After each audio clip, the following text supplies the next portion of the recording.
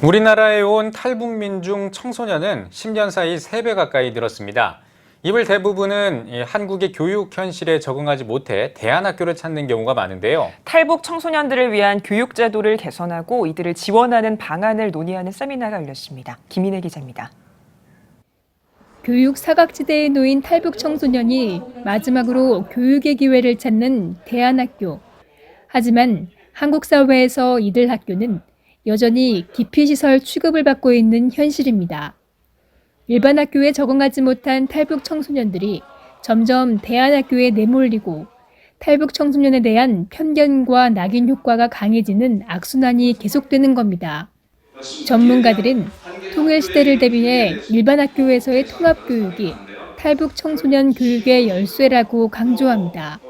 일반 학교하고 대안학교하고 서로 이렇게 기능 조정을 하면서 통합적으로 운영하는 그런 방식으로 해야 된다.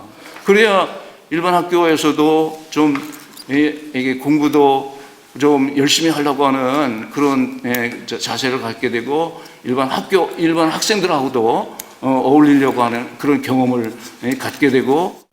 통합교육의 방향에서 위탁교육의 중요성도 제시됐습니다.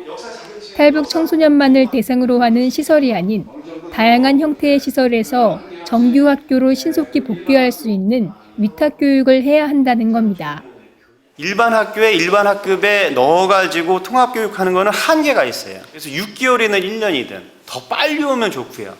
그래서 이 초기에 아이들이 적응 교육을 할 수 있는 위탁교육은 저는 필요하다.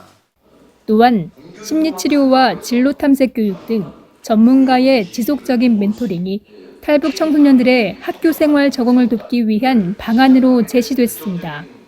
토론과 토의, 자기 개발을 위한 자기 자아 정체성을 밝히는 이런 자율적인 활동에 현격한 장애 요인을 갖고 있어요.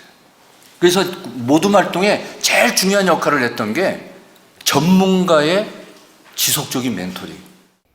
탈북 청소년들의 좌절은 장기적으로 한국 사회 불안 요인이 될 수 있다는 점에서 국내 정착 교육, 학력 인정, 주거 지원 등 제도적 보완이 시급하다고 전문가들은 입을 모았습니다. 미인가 학교에 지나갈 수밖에 없는 탈북 다문 학생들을 위해서도 구체적인 지원 대책이 나와야 됩니다. 공부를 본인이 희망하는 경우에 공부를 하고 취업을까지 해서 그 집을 유지할 수 있을 만한 경제적인 능력이 생길 때 비로소 임대주택을 배정해주는 제도로 개선돼야 된다. 통일한국의 교육 시스템에 대한 꾸준한 논의를 통해 통일 이후 남북 학생들이 겪을 충격을 완화시킬 수 있는 노력이 요청되고 있습니다. CTS 뉴스 김인혜입니다.